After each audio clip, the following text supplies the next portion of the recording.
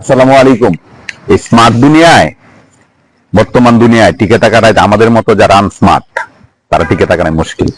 সকালে মনে করেন যে গেলাম একটু 12 নম্বর গেলাম, যাওয়ার পরে দেখ মহিলা এসে ধরছে, বাবা অনেক দিন ধরে মুরগির মাংস দিয়ে পোলাও দিয়ে সে কখনো খায় না, অনেক দিন ধরে খায় না, প্রায় 2-3 বছর ধরে খায় না। বাবা একটু যদি দিতেন শুক্রবারের দিন দোয়া করতাম। আচ্ছা ঠিক আছে চলেন, গেলাম। তার পছন্দ মতো সে দেশি মুরগি ছাড়া খায় না, পোলাও চাল তার ওইটা পছন্দ ছাড়া, কারণ তার পছন্দ মতো জিনিসে মশলা টসলা সব কিনলো। কেনার পরে তার আগে একটা ব্যাগ ভরে দিলাম। ব্যাগ ভরে দিয়ে আছে না যে একটা কথা আছে না যে কত হয়েছে, উনি বলছে এত। আমি টাকাটা বার করে জাস্ট ওনাকে দিচ্ছি, টাকায় দিকে উনি নাই।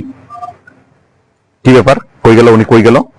মানে নাই, মানে নাই। তাকে তার সাথে করে কত মানে কতটুকু স্মার্ট দেখেন, তার কাজ শেষ, তার বাজার করা শেষ, এরপরে কি হয়েছে না হয়েছে তার তো আমাকে বলে যেতে হবে এমন তো কোনো কথা না। খুবই স্মার্ট। কারণ এই স্মার্ট দুনিয়া, বললাম না যে এই স্মার্ট দুনিয়ায় আমার মতো লোক টিকে থাকাটাই মুশকিল। ঠিক আছে, ঠিক আছে। সেম জিনিস, একজন লোক চাকরির জন্য আসছে, মানে এমন অবস্থা আমাকে দেখে কেমনে বুঝছে যায়, কারণ আনস্মার্ট দেখলে কিন্তু বোঝা যায়। আমাকে দেখে বুঝে বলাইছে যে আমি স্মার্ট না। তাই সে মনে করেন তার স্যার একটু কথা ছিল। আমি কি কথা বলো? তা আমি প্রথম বই পেয়েছি যথেষ্ট সুদর্শন, সে তাই আমার চেয়ে সুন্দর দাঁড়াইছে। মানে আমি ব্যাকের সাইডে, স্যার আমি, আমার চাকরি ছিল নভেম্বরের 1 তারিখে, আমি চাকরি থেকে আমাকে ছাঁটাই করে দিচ্ছে। বাড়িতে গেছিলাম, বাড়িতে যাওয়ার পরে আমার এই 2 দিন ছুটি বেশি কাটাইছি, এই কারণে সে আমাকে স্যার বাদ দিয়ে দিচ্ছে। নভেম্বর ডিসেম্বর ধরে চাকরি নাই স্যার, আমি খাইতে পারছি না অনেকদিন ধরে, স্যার আমার একটা চাকরির ব্যবস্থা করে দিয়ে দিতেন। আমি বলছি কি চাকরি, তুমি কি চাকরি করতা? বলছে যে সে অফিস বয়ে চাকরি করতো। ঠিক আছে, আমি বলছি আচ্ছা ঠিক আছে, আমি দেখবো যে আমার তো অফিস 4 নম্বর রোডে, আর আমি এখানে থাকি। এই কথা বলতে সে পায়ে দাঁড়িয়ে ধরে দিচ্ছে, মানে একদম পাবলিক প্লেসে সে পা ধরে ফেলাইছে। হ্যাঁ স্যার, আমি প্রায় স্যার 2 দিন ধরে, স্যার 3 দিন ধরে স্যার আমি কিছু খাই না, একটা রুটি করে খাই পাচ্ছি স্যার। এই সেই স্যার, আপনি আমাকে চাকরিটা দেন স্যার, আমাকে একটু হেল্প করেন স্যার। আমার মোবাইলে কোনো টাকা নাই স্যার, বাড়িতে যোগাযোগ করবো স্যার, কোনো নাই। আমি আমার এক ভাইয়ের সাথে দারোয়ানের চাকরি করে এই জায়গায় আমি থাকি, তো আমার কাছে সেরকম বাজার করে দিয়ে আসি, আমার কাছে টাকা নাই। আমি তাকে মানে বলছি যে মোবাইলে টাকা দরকার, 100 টাকা 200 টাকা তুমি খাই নাও। ঠিক আছে, ঠিক আছে, তুমি করে তুমি এতে আসো, একটু পরে আসো। টাকাটা দিলাম, সে চলে গেল।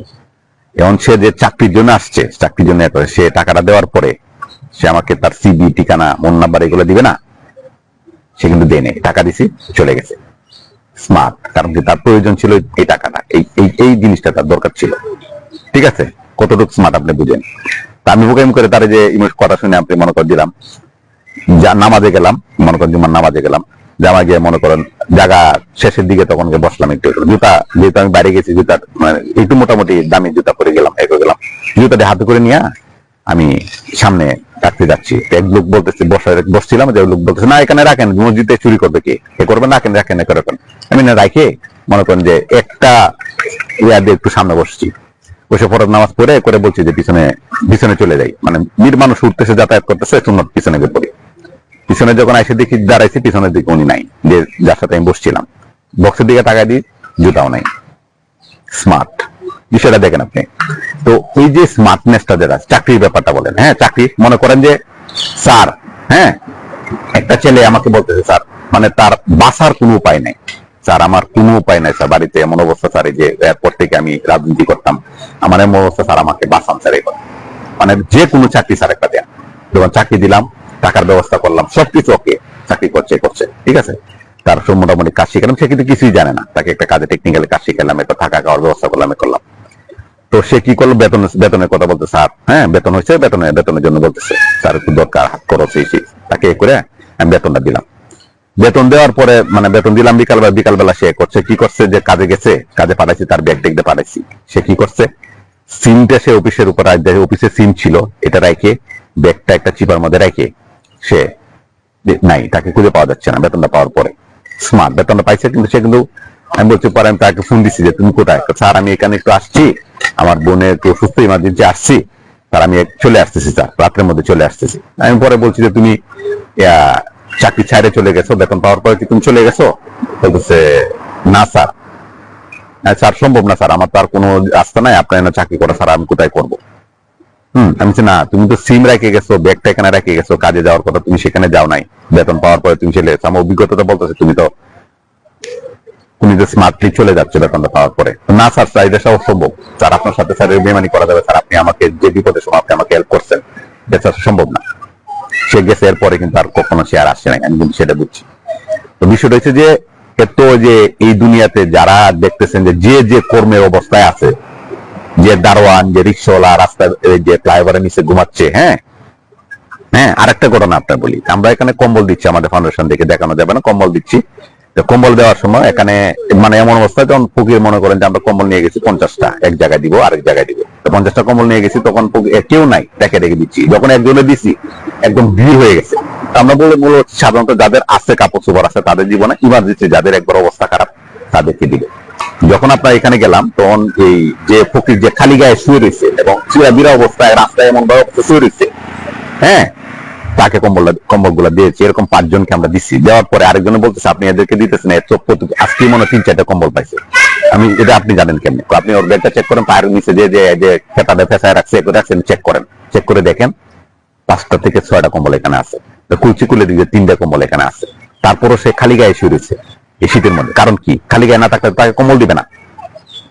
একটা বুঝেন আপনি, একটা ফ্লাইওভারের নিচে, মানে যে আমাদের এখানে ধরেন 153 নম্বরের খাম্বাটা আছে, হ্যাঁ, ফুটওভারের নিচে, এবং এই যে মেট্রো রেলের নিচে শুয়ে রয়েছে, সেও কতটুকু স্মার্ট যে এই অবস্থায় শীতের মধ্যে খালি গায়ে থাকতে হবে, না থাকলে তাকে কম্বল দিবে না, সে পাবে না।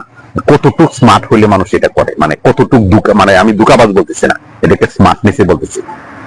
এরকম আমি জাস্ট ওই লেভেলটার কথা বলছি। যখন আপনি যে লেভেলই থাকেন না কেন, আপনার দারোয়ান আছেন, রিক্সাওয়ালা আছেন, সিকিউরিটি গার্ড আছেন, ভিক্ষা করতেছেন, ম্যাজিস্ট্রেট আছেন, ডিসি আছেন, এসপি আছেন, গাড়ি আছেন, বাড়ি আছেন, সবাই কিন্তু সবার স্মার্টনেস এবং কর্মের কারণে, স্মার্ট কর্মের কারণে তার তার পজিশনে সবাই আছে। আমরা ইমোশনালি এইগুলো চিন্তা করি যে এটা সে খারাপ অবস্থায় আছে। না, সে খারাপ নাই। তার কর্মের কারণে, তার স্মার্টনেসের কারণে, তার প্রতিভার কারণে, তার প্রতিভা মানে বর্ণনার কারণে এই অবস্থায়। আমি বললাম যে আজকের মধ্যে আমার 3-4টা ঘটনা ঘটে গেল। আপনি দেখেন কারো অবস্থায় তাহলে আমি কতটুকিয়া, আমি কতগুলা মনে করেন স্মার্টনেসের কাছে ধরা খাইলাম। আমি যদি স্মার্ট হইতাম, প্রথম থেকে স্মার্ট হইতাম, মনে করেন যে তাদের মতো স্মার্ট হইতাম, তাহলে কিন্তু আমি ধোকাটা খাইতাম না। আমি কি একটা কথা বলছিল একজন আমাকে, যে আপনি ব্যবসা করতে আসছেন, ব্যবসাতে আবেগ বলে কিছু থাকবে না, বিবেক বলে কিছু থাকবে না। এখানে শুধু মানি ট্রান্সফার হবে। আপনি তার বিনিময়ে দিবেন, সে কাজ করবে তার বিনিময়ে। অমানবিক থাকতে হবে, কারণ যারা আসতেছে কেউ কিন্তু মানবিক না। আপনি মানবিকতা দেখাবেন, আপনি মনে করেন যে মোটামুটি আনস্মার্ট হয়ে যাবেন, আপনি বাসনা খাই যাবেন। বাংলা কথা বললাম যেটা। তো বিষয়টা কি দাঁড়াচ্ছে? আনস্মার্ট আপনি তখনই হবেন যখন আপনি আবেগী হবেন, বিনয়ী হবেন, ভদ্রতা করবেন, মায়া দয়া থাকবে, হ্যাঁ, স্যাক্রিফাইস থাকবে, তারপর আপনার মনে করেন সামাজিকতা থাকবে, শিষ্টাচার থাকবে। এইগুলো যখন আপনার মধ্যে থাকবে, হ্যাঁ, পারিবারিক শিক্ষা থাকবে, সামাজিক শিক্ষা থাকবে, হ্যাঁ, গতানুগতিক বই শিক্ষা থাকবে, তখনই কিন্তু আপনি ধরে রাখাবেন। আপনি যখন কমার্শিয়ালি হয়ে যাবেন, ওদের মতো স্মার্ট হয়ে যাবেন, বিনিময়, এটা বিনিময়, আমার কাজ শেষ, আমি চলে গেলাম, হ্যাঁ, তাহলেই কিন্তু আপনি স্মার্ট হইতে পারবেন। নাহলে আমার মতো কিন্তু আপনি বারবার আনস্মার্টে পৌঁছে দিতে হবে। কারণ আজকের মধ্যে 3-4টা বার আনস্মার্টে পৌঁছে দিলাম। কারণ কি? কথাই বলে গেছি, কথা বলেন নাই, কথাই বলে গেছি, কারণ আনস্মার্ট, কেমন আনস্মার্ট হয়ে গেলাম।